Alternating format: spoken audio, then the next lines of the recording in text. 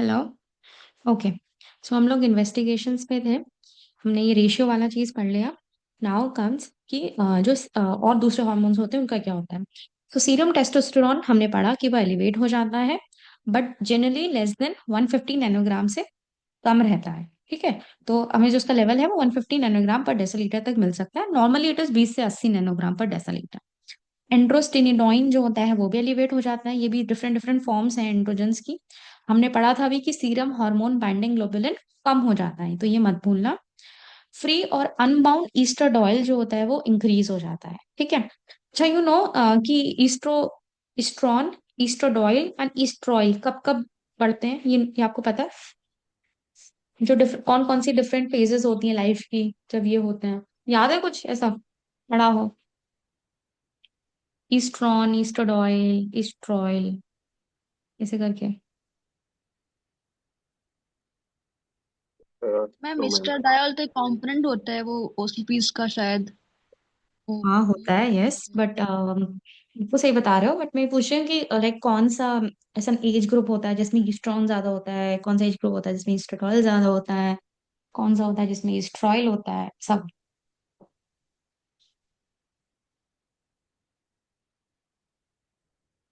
बड़ा सिंपल है ये, देखो। तीन चीजें हैं: ईस्ट्राडॉयल, ईस्ट्रॉयल एंड ईस्ट्रॉन। ठीक है। तुम अब ये लास्ट वाले चीज समझो। डायल मतलब दो, ट्रायो मतलब तीन, एंड ऑन मतलब वन, राइट? ऐसे है ना। ईस्ट्रॉन, ईस्ट्राडॉयल, ईस्ट्रॉयल। अब देखो, ईस्ट्रॉयल मतलब दो लोग। तो जो रिप्रोडक्टिव पीरियड होता है उसमें दो लोग होते हैं, एक हस्बैंड होता है और एक वाइफ होता है, राइट? तो ईस्ट्रोडॉयल। तो जो रिप्रोडक्टिव वाला पीरियड होता है, जो उसमें ईस्ट्रोडॉयल ज्यादा होता है। फिर जब एक फीमेल प्रेग्नेंट होती है तो तीन लोग हो गए ना, उसकी हस्बैंड, उसकी वो वाइफ और उसका बच्चा। तीन चीजें। प्रेगनेंसी जो होती है, ड्यूरिंग द प्रेगनेंसी ईस्ट्रॉयल इंक्रीज। तीन। जो ईस्ट्रॉन है, वन। तो वन कब होता है? जब मीनोपॉज हो जाता है। मीनोपॉज के बाद में सब खत्म। नो हस्बैंड, नो चिल्ड्रन, वो चले गए, हस्बैंड अपना हो गया, तो अब अकेली बची वो, तो मीनोपॉज के बाद में ईस्ट्रॉन बढ़ता है। ठीक है, ये ऐसे याद रख लेना। ठीक है, चलो। सो इसमें ईस्ट्रॉन जो होता है वो बढ़ जाता है। डिहाइड्रो एपिएंडोस्टेरॉन, जो मैं आपको डीएचए डीएचए बोल रही थी, तो वो नॉर्मल भी हो सकते हैं और एलिवेट भी हो जाता है। तो बेसिकली सारे हॉर्मोन्स बढ़ रहे हैं एक्सेप्ट एफएसएच एंड एसएचबीजी। ये दोनों चीजें कम होती हैं, बाकी सब बढ़ रहा है। ठीक है। सो ये हो गया हमारे हॉर्मोन्स का।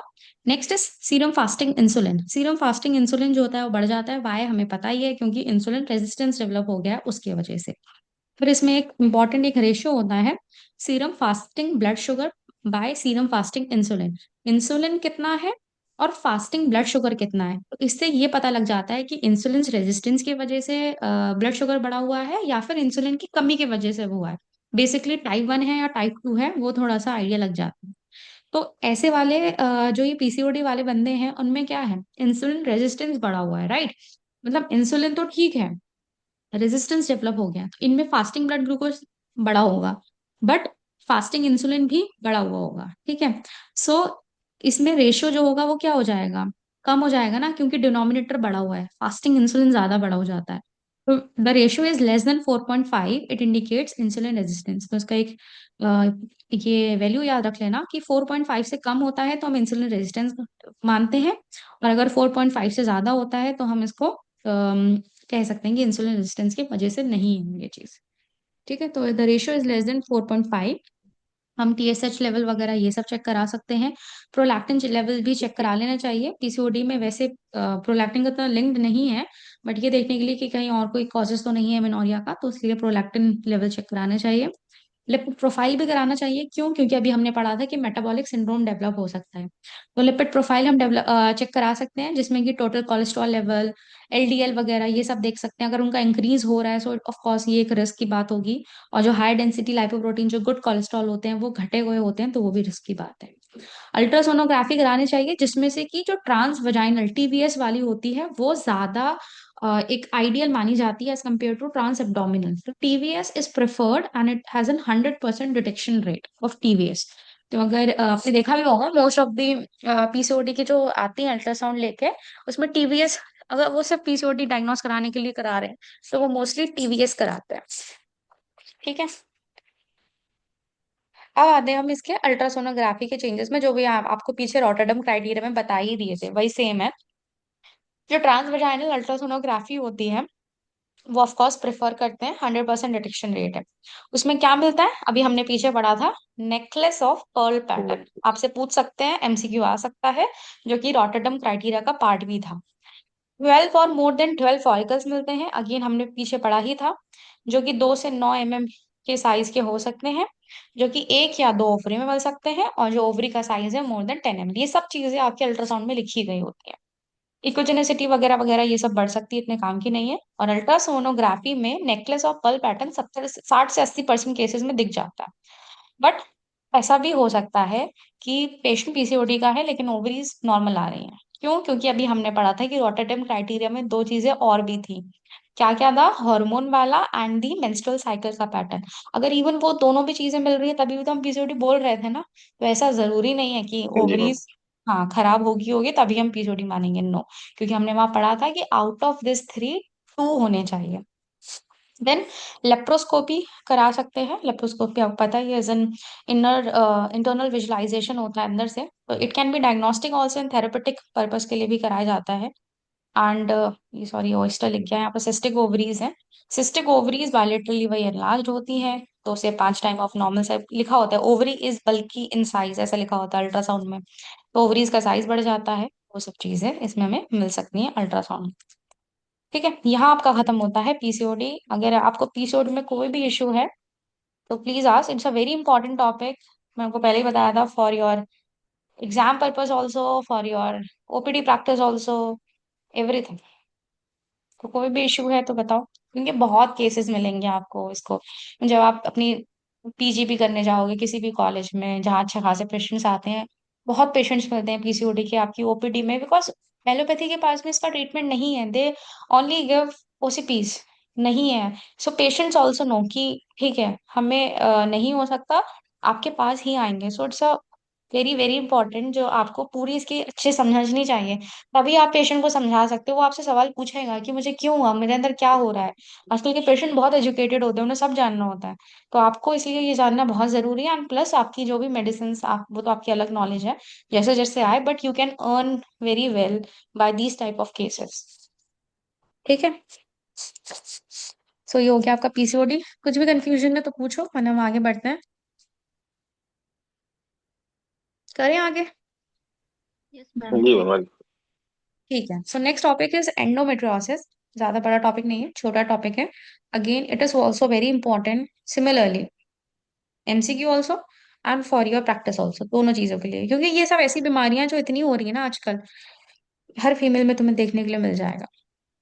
अब ये जो एंडोमेट्रियोसिस है बेसिकली होता है, आप सबको पता होगा, अगर एंडोमेट्रियम टिश्यू अपनी नॉर्मल जगह से हटके कहीं और मिल रहे हैं, मतलब अवे फ्रॉम एंडोमेट्रियम, जो है वो एंडोमेट्रियम में लाइनिंग में होना चाहिए, यूट्रस में होना चाहिए, बट अंदर की लाइनिंग से हटके कहीं और अगर हमें एंडोमेट्रियल टिश्यू मिल रहा है, उसे हम एंडोमेट्रियोसिस कहते हैं, simple.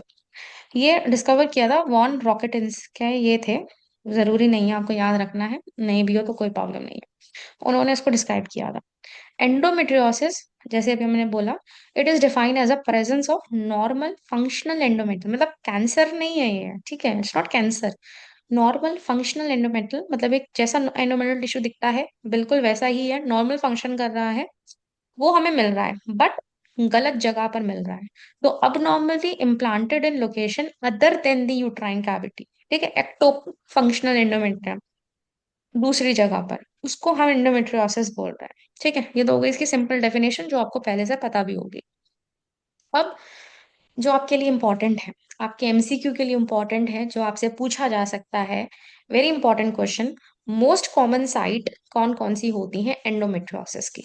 In order of frequency अगर हम बात करें तो सबसे ज्यादा जो मोस्ट कॉमनेस्ट साइट है, ये बहुत बार आ रखा है, आप अपने गायनी के कभी भी एमसीक्यू, गायनी के एमसीक्यू ऐसे हैं जो आप 3-4 दिन में खत्म कर सकते हो, बस इतने इजी होते हैं ना। मतलब अगर आपको सच में टॉपिक पता है, आपकी क्लियर है ना, आप धड़ाधड़ वो एमसीक्यू लगाते जाओगे और आते हैं 3-4, मतलब क्वेश्चन तो आपके बनेंगे ही बनेंगे आराम से, और ऐसे भी होंगे जो रिपीटेड होंगे। तो हम मतलब ये ना ऐसे वो हैं subject, gynae, ops, materia Medica, और अपना ये टीएसएम वगैरह, एफएमटी, ये तो ऐसे हैं जिसमें आप इतने अच्छे नंबर ला सकते हो, बिकॉज इसमें कोई इतना बड़ा वो नहीं होता कि अच्छा ठीक है हमें समझना है। जैसे मैं मानती हूँ ठीक है, practice of medicine is something जो आप थोड़ा सा डिफिकल्ट हो जाता है, सर्जरी समथिंग जो थोड़ी सी वो हो जाती है कि ठीक है मैं नहीं वो आ रहा, बट ये दूसरे वाले तो ऐसे हैं जहाँ पर तुम अच्छे से मार्क्स अपने बना सकते हो। तो ऑर्गेनॉन भी चलो ऐसी होती है कि कभी कभार घुमा फिरा के दे देते हैं, बट इनमें गलती मत करना, बिल्कुल भी गलती नहीं होनी चाहिए ऐसे इन वाले सब्जेक्ट्स में। ठीक है।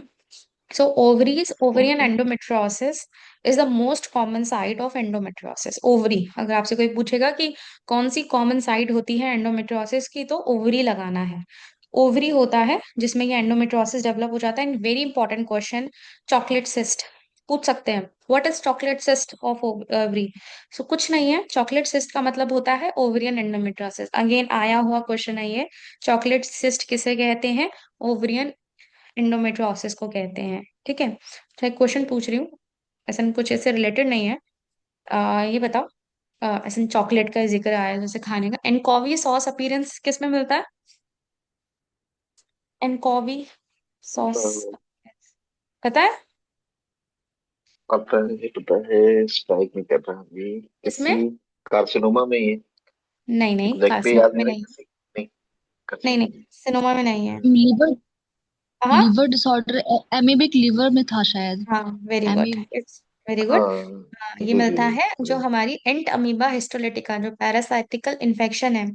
तो जब अमीबिक लिवर एब्सेस हो जाता है, आया हुआ क्वेश्चन है हमारे उसमें, जी आया था ये आईपीजीटी जी में। जी। तो ये यहाँ पर एनकॉवी सॉस अपीयरेंस मिल जाता है। ठीक है, ये ऐसी ऐसी चीजें हैं मतलब जो तुम्हारी फिंगर टिप्स में होनी चाहिए। अ, जी जी। अगर आपको अच्छा कॉलेज चाहिए तो मैं बिल्कुल यही कहूंगी अभी से पढ़ना पूरा। बस दिसंबर आ गई है, जून जुलाई में हो जाएगा पेपर, तो ये जी अच्छे जी। से पढ़ना है वो अपना। सो चॉकलेट सेस्ट ओवरीज इसमें होती हैं। देन सेकंड जो जगह है वो है pouch of Douglas. Pouch of Douglas पता है कहाँ होता है?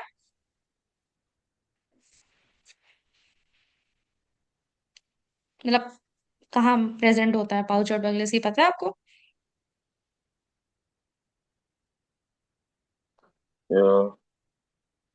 यूट्राइन कैविटी और हम्म, यूरिनरी ब्लैडर के बीच में। नहीं, यूट्रस और रेक्टम के बीच में नीचे पीछे होता है होता है। रेक्टम के बीच में। हम्म। पीछे अब होता वो है, आगे ठीक। की तरफ में यूट्रोवेसिकल पाउच है, ये होता है पीछे, रेक्टो जी जी। यूट्राइन। तो ब्लैडर, पीछे। सॉरी आपका रेक्ट प्लस यूट्रस, इनके बीच का जो स्पेस होता है जो पेरिटोनियल होती है, उधर हम पाउच ऑफ डगलस बोलते हैं। जी ठीक है। सो जी। पाउच ऑफ डगलस में हमें मिल सकता है यूट्रोसेक्रल लिगामेंट, जो यूट्रस और सेक्रम जो बोन होती है उनके बीच में जो लिगामेंट है, उनमें एंडोमेट्रियल टिश्यूज हो सकते हैं, यहाँ मिल सकता है। ठीक है, तो ये थोड़ी थोड़ी कॉमन साइट है, बट आपको, आपसे जो पूछेंगे वो ओवरीज का ही पूछेंगे कि सबसे ज्यादा मोस्ट कॉमनेस क्या होती है, तो ओवरीज है। ऐसे तो कहीं भी हो सकता है, सर्विक्स पे, वजाइना पर, किसी स्कार पर, अम्लाइकस पर, कहीं पर भी, नोज पर, anywhere endometriosis could be. But of course जो हमें देखने के लिए मिलता है एंडोमेट्रियोसिस, वो एडनेक्सा मतलब वही ओवरीज में देखने के लिए मिलता है। अब कुछ कुछ थ्योरीज हैं जो कि बनाई गई हैं कि एंडोमेट्रियोसिस क्यों हुआ। तो इसमें जस्ट नाम याद रख लेना इनके, कुछ ज्यादा नहीं है, सिंपल से हैं, याद हो जाएंगे। एक होती है सैमसन्स थ्योरी, होती है सैमसन्स थ्योरी, क्या कहती है? ये बोलती है कि जैसे नॉर्मली मेंसेस, ये जैसे रेट पर करी गई थी, फीमेल रेट्स पर। तो इसमें ये देखा गया था कि अगर हम उनको क्या क्या था ना, उनको जब मेंसेस होते थे तो उनको उल्टा लिटा वो कर दिया था, मतलब हैंग डाउन उल्टा कर दिया था। तो ऐसा माना जाता था कि रेट्रोग्रेड मेंस्ट्रुएशन की वजह से, मतलब जो ब्लीडिंग हो रही है उसमें से कुछ एंडोमेट्रियल टिश्यू रेट्रोग्रेड फ्लो हो गए और वो वहां फंस गए, and then they implant there. तो वहां पर जाके इसकी वजह से एंडोमेट्रियोसिस हो गया। तो ये एक सैमसन्स थ्योरी होती है रेट्रोग्रेड मेंस्ट्रुएशन की। ऐसे ही एक वेनॉफ एंड मेयर थे, उन्होंने सिलोमिक मेटाप्लेसिया दिया था। कि सिलोमिक, सिलोमिक क्या होता है? Coelomic is basically cavity. तो वहां पर जाके मेटाप्लेसिया, मतलब वहां के जो कुछ सेल्स हैं वो एंडोमेट्रियम में बन गए। मेटाप्लेसिया क्या होता है? जब एक टाइप ऑफ सेल किसी दूसरे टाइप ऑफ सेल में कन्वर्ट हो जाता है। तो उन्होंने बोला कि सिलोम जो कैविटी है, मतलब जो भी हमारी कैविटीज हैं, वहां के सेल्स में मेटाप्लेसिया हो रहा है, इसके वजह से एंडोमेट्रियोसिस हो रही है। एक होती है हेमाटोजेनस स्प्रेड, की कुछ एंडोमेट्रियल टिश्यू ब्लड के थ्रू कहीं भी पहुंच गए और वो हो गया। दूसरा ये ऐसी लिम्फेटिक स्प्रेड है जिसे हम हेल्बन्स थ्योरी बोलते हैं। और एक होता है डायरेक्ट इम्प्लांटेशन की, डायरेक्टली, ऐसा नहीं है कि इनके थ्रू जाके कुछ हुआ, बस ऐसे जाके इम्प्लांट हो गया एंडोमेट्रियल टिश्यू। तो ये ऐसे ऐसे कुछ कुछ थ्योरीज होती हैं जो मानी गई हैं कि एंडोमेट्रियोसिस इनके वजह से होता है। जरूरी नहीं है इससे क्वेश्चन आए, इतना वो नहीं है, बट आपको जस्ट पता होना चाहिए कि ठीक है, अच्छा चाहिए ये ऐसे सब थ्योरी कुछ कुछ होती है, मतलब सपोज कभी कोई नाम आ जाए तो आप कंफ्यूज ना हो कि अच्छा ये क्या था। आते हैं हम इसके क्लिनिकल फीचर्स के बारे में कि एंडोमेट्रियोसिस अगर किसी को हुआ है तो उसमें क्या सिम्टम्स मिलेगा। तो सिंपल सी बात है, about 1/3 of women with endometriosis पहले तो वो एसिम्टोमेटिक रहती हैं, नहीं पता चलता है शुरू शुरू में। फिर जब उनको सिम्टम्स आ रहे हैं तो ये किस पे डिपेंड करते हैं, पहली बात तो ये डिपेंड करेंगे उस चीज पर कि उनका एंडोमेट्रियोसिस हुआ कहाँ का है, ओवरीज का हुआ है, फेलोपियन ट्यूब का हुआ है, वजाइना का हुआ है, सर्विक्स का हुआ है। उस हिसाब से सिम्टम्स आते हैं, एंड कितना हुआ है, कितना एरिया इन्वॉल्व हुआ है एंडोमेट्रियोसिस में, उस हिसाब से सिम्टम्स आएगा। सो पहला जो सिम्टम एक हमें जो मिल सकता है दैट इज डिस्मेनोरिया। तुम खुद सोचो, एंडोमेट्रियल शेडिंग नॉर्मली, एक नॉर्मल किसी को मेंसेस चल रहा है, जब उसका मेंसेस आता है, जब उसको पीरियड्स होता है तो पेन होता है, राइट। तो तुम खुद सोचो, अगर एक जगह से हटके कोई दूसरी जगह, क्योंकि पीरियड जब होंगे तो एंडोमेट्रियम जहां पर भी लगा होगा वो भी तो शेड होगा ना, क्योंकि वो तो हार्मोन की तरह रिस्पॉन्स कर रहा है। जैसे आप अपनी मटीरिया मेडिका में पढ़ते हो ना, नोज ब्लीडिंग ड्यूरिंग मेंसेस, पढ़ते हो? जी कौन से जी रेपेटी में जी। Nose bleeding during menses? Bryonium. कौन सा? नहीं, ब्राइनियम है। ब्राइनिया में नहीं। Nose bleed instead of menses है। अच्छा, state of menses. Bryonia and pulsatilla में इंस्टेड ऑफ मेंसेस है ना, ड्यूरिंग मेंसेस।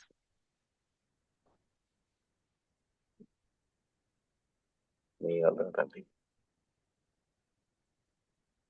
नाट्रम सल्फ, एलन में लिखा है, फॉस्फोरस में भी लिखा हुआ है विकेरियस मेंसुरेशन, देखना खुल के।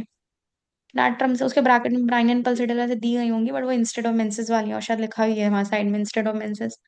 तो जो वो सिम्टम है, nose bleed during menses, vicarious जी। मेंसुरेशन, वो बेसिकली एंडोमेट्रियोसिस की तो सिम्टम है, मतलब देखो उस टाइम पर भी वो सिम्टम लिख दिए गए थे, बल्कि तब तो पता भी नहीं होगा कि ऐसा कुछ एंडोमेट्रियोसिस होता है। सो वो जो नोज ब्लीड जी ड्यूरिंग मेंसेस है, अब तुम खुद बताओ, एंडोमेट्रियल टिश्यू कहीं और ग्रो कर रहा है, लेकिन वो तो रिएक्ट करेगा ना शेडिंग को, कि जब ईस्ट्रोजन बढ़ेगा तो वो हाइपोप्लेसिया हो जाएगा, फिर जब ईस्ट्रोजन कम हो जाएंगे, प्रोजेस्टेरॉन कम हो जाएंगे, उनकी शेडिंग होगी। So that's why during menses उस जगह से भी ब्लीडिंग होगी। अगर वो बहुत विजिबल वाली जगह पर है, जैसे नोज का बोलते हैं, तो ऑफकोर्स वो नोज ब्लीडिंग हो जाएगा, लेकिन अगर ओवरी वगैरह में तो वो तो फिर वजाइना के थ्रू ही ब्लीडिंग होगी। तो नॉर्मली पेन होता है, अब सोचो और ज्यादा एंडोमेट्रियल शेडिंग हो रही है तो कितना पेन होगा। तो डिस्मेनोरिया भी इसमें डेवलप हो जाता है, और हमें सेकेंडरी डिस्मेनोरिया मिलता है। सेकेंडरी डिस्मेनोरिया किसे कहते हैं, जब कोई पैथोलॉजी की वजह से डिस्मेनोरिया होता है उसे हम सेकेंडरी डिस्मेनोरिया कहते हैं। ठीक है। सो एक सेकेंड। हम्म सो ये चीज होती है basically PGF2, prostaglandin factor PGF2 and thromboxane की वजह से। ये सब आपके इन्फ्लेमेटरी मीडिएटर्स हैं जो कि डिस्मेनोरिया कॉज करा रहे हैं। एंड मेनोरेजिया मिलेगा, क्यों मेनोरेजिया मिलेगा, क्योंकि एंडोमेट्रियम ज्यादा हो गया है, इसके वजह से ज्यादा शेडिंग हो रही है। एंड प्री मेंस्ट्रुअल स्पॉटिंग भी मिल सकती है, मतलब मेंसेस से पहले ही थोड़ी थोड़ी स्पॉटिंग आना शुरू हो जाएगी। यहाँ पर हमें पेल्विक पेन एंड बैकएक बहुत ज्यादा मिल जाता है, क्यों? क्योंकि देखो एंडोमेट्रियोसिस जहां पर होता है ना, विद द जैसे जैसे उसकी टाइम पीरियड बढ़ता रहता है, ज्यादा ज्यादा साल होते रहते हैं, तो वहां पर स्कार बन जाते हैं, एडहेशंस बन जाते हैं, एंडोमेट्रियल टिश्यूज के आसपास में एडहेशंस बन जाते हैं। तो उन एडहेशंस की वजह से बहुत ज्यादा दर्द होता है, स्कारिंग वगैरह ये सब मिल सकती है, नर्व्स पे इम्पेक्ट पड़ जाएगा तो वही अगेन और पेन होगा। तो पेट में दर्द, कमर में दर्द, इन सब में ये प्रॉब्लम आती है। एंड अगेन डिस्पेरोनिया मिलेगा, तो क्वेश्चन के दौरान उन्हें पेन हो सकता है वही एडहेशन की वजह से। और मोस्टली सीन इन एंडोमेट्रियोसिस जहां पर रेक्टो वेजाइनल सेप्टम, मतलब वेजाइना के पीछे में जाके, या फिर पाउच ऑफ डगलस में अगर एंडोमेट्रियोसिस हो रहा है तो अब ये डिस्पेरोनिया ज्यादा मिलता है, क्योंकि ऐसे केसेस में जो यूट्रस है वो रेट्रोवर्टेड हो जाता है। नॉर्मली यूट्रस क्या होता है, एंटीवर्टेड एंटी फ्लेक्स्ड होता है, तो ऐसे वाले केसेस में फिक्स्ड हो जाता है, क्यों? क्योंकि स्कार बन गया और रेट्रोवर्टेड हो जाता है। तो ऐसे केसेस में आपको डीप डिस्पेरोनियम मिल जाता है। You know what is angle of anti flexion, angle of एंटीवर्जन? You know that? पढ़ा है ये, मतलब पढ़ा तो होगा ऑफ कोर्स, याद है ये पढ़ा, एंटीवर्जन है? हाँ पढ़ा है। नहीं याद नहीं है, पढ़ा है, याद नहीं है अभी। याद नहीं है आपको साम्या? शामिया, सॉरी आपका नाम शामिया है ना? आपको पता है? कौन है आप मीटिंग में? शामिया? मैम पढ़ा था बट अभी याद नहीं आ रहा है। याद नहीं आ रहा है, ओके, नो इशू है। Angle of एंटीवर्जन and angle of anti flexion कुछ नहीं होते हैं बेसिकली। जो यूट्रस की एक्सेस होती है वो एक एंगल वजाइना के साथ में बनाती है, मतलब बेसिकली सर्विक्स के साथ में बनाती है, और एक एंगल वो अपने ऊपर बनाती है। तो जो angle of एंटीवर्जन and angle of anti flexion होता है, एंटी फ्लैक्शन कितना होता है, 125 डिग्री के आसपास होता है। And anteverted angle is basically the 90 degree angle. तो जो यूट्रस आगे की तरफ में ऐसे झुका हुआ होता है ना, जब हम प्रोलैप्स पढ़ते हैं, ये वाला क्वेश्चन तब आता है जब आप यूट्राइन प्रोलैप्स पढ़ते हो। तो यूट्राइन जी। प्रोलैप्स में क्या होता है, ये जो आपका सर्विक्स है नीचे, देन ऊपर की तरफ में यूट्रस आ रहा है, तो वो एक एंगल अपना उसके साथ में बनाया, और फिर वो आगे की तरफ में ऐसे ब्लैडर की तरफ में झुका हुआ होता है, तो वो एंटी वर्टेड एंटी फ्लेक्स हो जाता है। अगर यही चीज पीछे हो जाए, रेट्रोवर्टेड हो जाए, तो वो प्रॉब्लम वाली बात होती है। तो जिसकी वजह से डिस्पेरोनिया वगैरह ये सब डेवलप हो सकता है, तो उन्हें हम बोलते हैं रेट्रोवर्टेड यूट्रस। लिलियम टिग में पढ़ा होगा आपने, लिखा हुआ है रेट्रोवर्टेड यूट्रस वहां पर, यूट्राइन प्रोलैप्स में लिखा हुआ है। ठीक है। सो ये चीजें मिल सकती है हमें एंडोमेट्रियोसिस में। बाकी इनफर्टिलिटी मिल जाएगा। इनफर्टिलिटी हमें क्यों मिलता है एंडोमेट्रियोसिस केसेस में? एडहेशंस की वजह से। एडहेशंस होते हैं तो उनकी वजह से फर्टिलाइजेशन में प्रॉब्लम होती है, इम्प्लांटेशन में प्रॉब्लम होती है, ओवरियन डिसफंक्शनिंग इसमें अफेक्ट हो सकती है, डिस्पेरिनिया की वजह से इनफर्टिलिटी मिल सकता है, स्पर्म फैगोसिटोसिस साइटोसिस हो जाती है ऐसे वाले केसेस में। ठीक है। दूसरी चीज होती है डिस्चेजिया। चेजिया जहां पर वर्ड लग जाता है वो बन जाता है स्टूल वाला, जैसे आपने पढ़ा होगा हिमाटोचेजिया। हिमाटोचेजिया क्या होता है? जब स्टूल के साथ में ब्लीडिंग आ रही है। तो डिस्चेजिया का मतलब क्या होता है? Pain on defecation. जब वो स्टूल पास कर रहा है तब पेन हो रहा है। ठीक है। ऑफ कोर्स ये कब होगा? अगर पाउच ऑफ डगलस में एंडोमेट्रियोसिस हो रखा है तब ज्यादा ये कंप्लेन आ सकती है, या फिर रैक्टम में ही सपोज होगा तो प्रॉब्लम आ जाएगी। तो हमें इसमें साइकिल्स और डायरिया, कॉन्स्टिपेशन, ब्लीडिंग वगैरह ये सब मिल सकती हैं अगर एंडोमेट्रियम, कोलोन, रैक्टम वगैरह इनमें आ गया है। Pain on micturition, urinary frequency affect हो सकती है, साइक्लिक हेमेचूरिया मिल सकता है, वेरी इंपॉर्टेंट, अगर ब्लैडर इन्वॉल्व है। तो हमें हमें ना कि इससे समझना है कि साइक्लिक होगा, कि जब मेंसेस हो रहा है तभी ब्लीडिंग हो रही है, तो अब सिंपल सी बात है। क्वेश्चन कभी सपोज ऐसे ना तुम्हारे पास क्लिनिकल केस बन के आ सकता है, एक फीमेल है, उसको मेंसेस के दौरान दर्द हो रहा है, बैक एक हो रहा है, ब्लीडिंग जब भी on the same day of the menses उसको यूरिन में भी ब्लीडिंग हो रही है, तो what could be the diagnosis? ऐसे आ सकता है।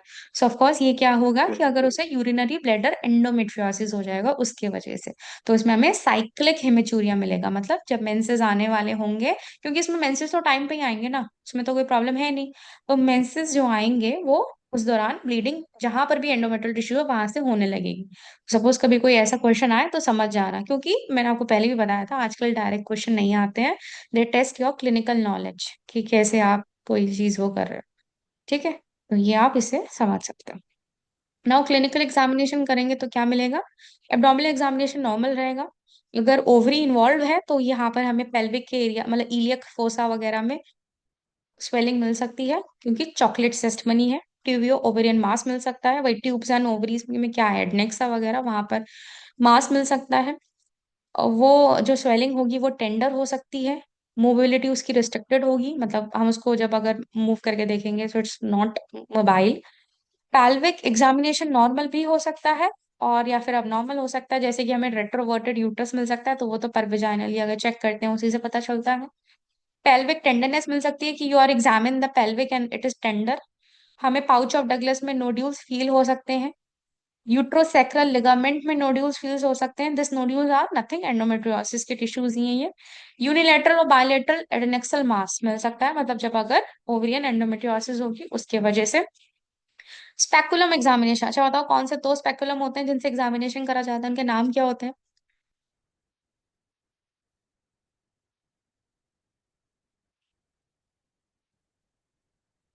बताओ, क्वेश्चन आ सकता है ये तो, बेसिक क्वेश्चन है ये तो। जो दो स्पेकुलम होते, स्पेकुलम पता है ना क्या होता है? जी। हाँ तो बताओ फिर, वो दो स्पेकुलम कौन से पढ़े थे आपने अपनी गायनी की क्लास में, जब आप थर्ड ईयर में गायनी पढ़े थे, या आपने जब क्लिनिकल्स की होंगे, आपका वाइवा में पूछा गया होगा, वेरी इंपॉर्टेंट। वो दो दो ही होते हैं, कुछ ज्यादा भी नहीं है। उनके नाम क्या होते हैं? Cusco. Speculum. Cusco speculum, yes good. और एक और कौन सा होता है?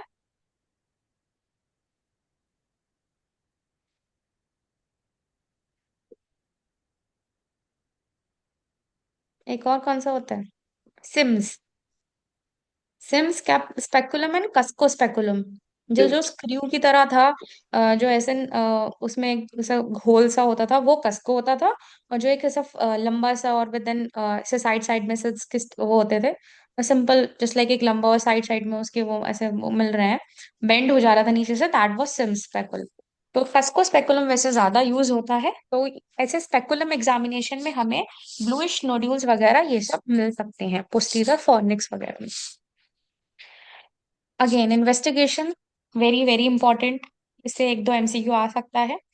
इन्वेस्टिगेशन क्या करानी चाहिए, पहला क्वेश्चन तो यही आ सकता है कि कौन सा आइडियल इन्वेस्टिगेशन या फिर इन्वेस्टिगेशन ऑफ चॉइस होना चाहिए। What is the gold standard investigation for endometriosis. किसी भी भाषा में आपका ये एमसीक्यू आ सकता है, तो वहां पर आपका एक ही जवाब होना है, लेप्रोस्कोपी। ठीक है। क्वेश्चन आए इन्वेस्टिगेशन ऑफ चॉइस क्या है एंडोमेट्रियोसिस में, लेप्रोस्कोपी। गोल्डन स्टैंडर्ड क्या है एंडोमेट्रियोसिस का, गोल्ड स्टैंडर्ड, लेप्रोस्कोपी। बेस्ट क्या है, लेप्रोस्कोपी। आइडियल क्या है, लेप्रोस्कोपी। तो सब में ही लेप्रोस्कोपी आना है, ये नहीं भूलना। हम लेप्रोस्कोपी करेंगे, हमें उसमें चॉकलेट सिस्ट मिल सकता है। और क्या क्या मिल सकता है, लेप्रोस्कोपी समझ रहे हो ना। बेसिकली आपका इंसिजन देके वहां पर कैमरा के थ्रू देखा जाता है कि अंदर में क्या प्रॉब्लम है। फिर powder burn appearance, very important, MCQ आ सकता है इसका। In which disease powder burn appearance is found in the pelvis. Answer will be endometriosis. तो पाउडर बर्न, पाउडर मतलब जैसे आपने कहीं पर कुछ आग वाग लगा दी, ठीक है, वो सब ऐसा थोड़ा सा ब्लैकिश सा, और पेपर जब जलता है तो साइड साइड से थोड़ा सा ऑरेंजिश जैसा हो जाता है ना, तो ऐसा अपीयरेंस मिलता है। Powder burn spot, match stick burn spot मतलब वही ना, माचिस की तिल्ली आप जब चलाते हो तो जब वो जैसे पूरी जल जाती है तो कैसा अपीयरेंस हो जाता है, ऐसा अपीयरेंस मिल सकता है। ब्लूबेरी, ब्लूइश कलर के लीजन्स मिल सकते हैं। रेड पर्पल रास्पबेरी लीजन्स मिल सकते हैं। ये किसी भी फॉर्म में आ सकता है आपका MCQ. White lesions, flame lesion, but ये तो मत भूलना बिल्कुल भी, पाउडर बर्न यहाँ से आ सकता है। सब ओवरियन एडहेशंस वगैरह ये सब मिल सकते हैं। यूएसजी करा सकते हैं, सीटी स्कैन करा सकते हैं, एमआरआई वगैरह करा सकते हैं, बट बेस्ट कौन सा है, लेप्रोस्कोपी है। ठीक है। दूसरी चीज CA 125, वेरी इंपॉर्टेंट। CA 125 मैंने आपको पहले भी कभी बताया हुआ है ये। CA 125 क्या होता है, it's basically A carcinoma 125, it's a tumour biomarker. ठीक है।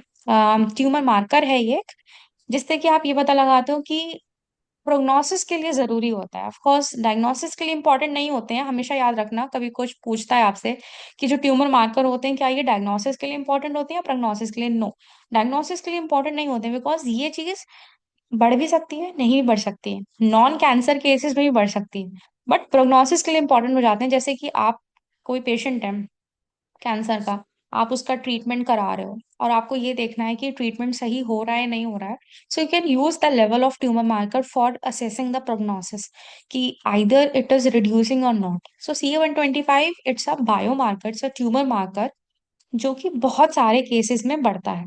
पहली बात तो आपको ये याद रखनी है कि इसका नॉर्मल लेवल क्या होता है। सो इट्स 35 इंटरनेशनल यूनिट्स पर millilitre, it should be less than 35 international units पर मिलीलीटर, नॉर्मली ये लेवल याद रखना। CA 125 किन किन केसेस में बढ़ता है, अगेन ये वाला भी क्वेश्चन हमारे एग्जाम में आया था। ठीक है। CA 125 इंक्रीज होता है ओवेरियन ट्यूमर में, कोई भी ओवेरियन कैंसर है उसमें, एंडोमेट्रियोसिस में, एडिनोमायोसिस में, टीबी में और पेनकिटाइटिस वगैरह, इन सब में बढ़ जाता है, स्पेशली एब्डोमिनल टीबी में बढ़ता है। ठीक है।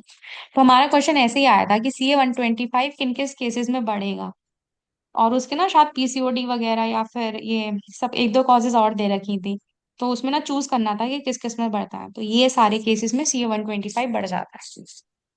ठीक है, समझ गए। Yes ma'am.